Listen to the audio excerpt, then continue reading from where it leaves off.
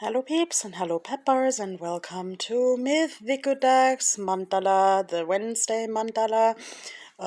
This card got stuck in the box, and I think I told you already that this is like one of my favorite cards because of my late grandma and because of this piece of cloth. And now I see like the waves and the mountains sort of becoming one, like the world is moving, also with old wisdom.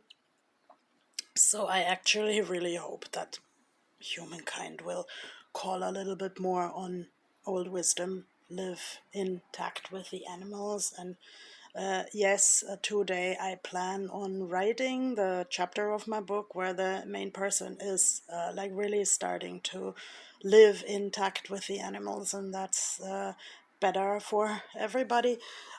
So I thought, as a mandala or grounding exercise of the day, I would do a neurographic. You might have heard of this, like drawing something, crossing it with a net of lines, and then like making a dot and softening all the corners, because that supposedly reconnects your synapses, your brain, your memories. Like, I can't look inside my own head even, but of course I have experienced this as very calming, otherwise I wouldn't share it. And like, because we have this water and ice theme here and my artsy chaos, I decided blue, one of my favorite colors. I also wear a little bit of blue with a little bit of red fire energy. So yes, this card actually fell out of the deck when I asked what would my audience like to know. So, and you know, in Instagram, I always say, "May the force be with us," because it's May. So yes, I hope the force is with us, and my lucky number 8 from the 8 ball from Interstate 60 is here too, which indicates like change and movement. And I mean, like, this person is like both still and in motion, like resting, looking out for something, enlightened. And the feet are like both balancing on these stones, which reminds me of my little sea monsters again, that have like sort of suction feet. Yes, I have brand new walking sticks with something like suction feet that actually reminds me of the structure that I imagine for the sea monster's feet. If someone is genuinely interested in that, I'll show you the stick next time. I give you the stick, yes. So, okay, no, I'm not giving anyone the stick, but I thought this was like an idiom. But I could show you this grip structure that actually gives more stability, and I could draw a beautiful drawing of the sea monster's foot, because okay, you don't really want to know anything about a foot fetish. Kidding.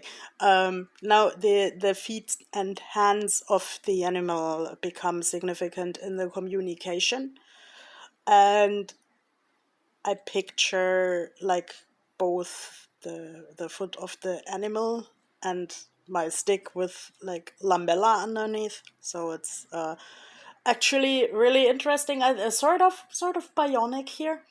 Um, and the new stick has a lamp that comes in handy in the Icelandic winter, but right now it's like summer. It's my understanding that it even seems hotter than in some parts of Europe. I know it's not funny, but it is what it is, and I have to somehow live with it. And now that I talked about living intact with the animals, I tried to incorporate some puffins into the mandala, because like yesterday I met such a nice Spanish speaking person, and like this person didn't speak English and this person basically didn't speak Icelandic either. So I had to assemble the few words of Spanish that I still know. And then I asked her, like, what's the puffin's Icelandic name? So, and I had a puffin drawing, because, like, whenever I can't talk to people, I have to draw. So she said el loro, but that's, like, obviously a parrot. Like, I mean, I grew up with little documentary movies about Loro Park, not sponsored, and that's obviously like a parrot zoo in Spain. So we had to Google the animal together, and if I remember that now properly, the name is fraticillo, which is like akin to this Latin name of the bird, Fratercula arctica, Arctic little brother. And here my Arctic little brothers are actually very specialized. Like, I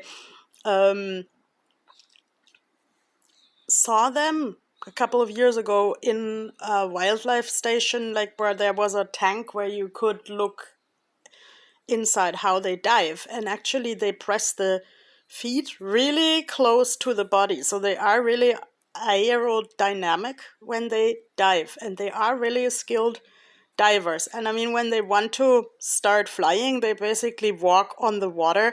And like, my friend actually informed me that that looks like in a cartoon, when some organism is panting like a dog because this is exhausting. Yes, the puffin's start looks exhausting because he has to run on the water for a long time until he gets, like, enough drive to lift himself.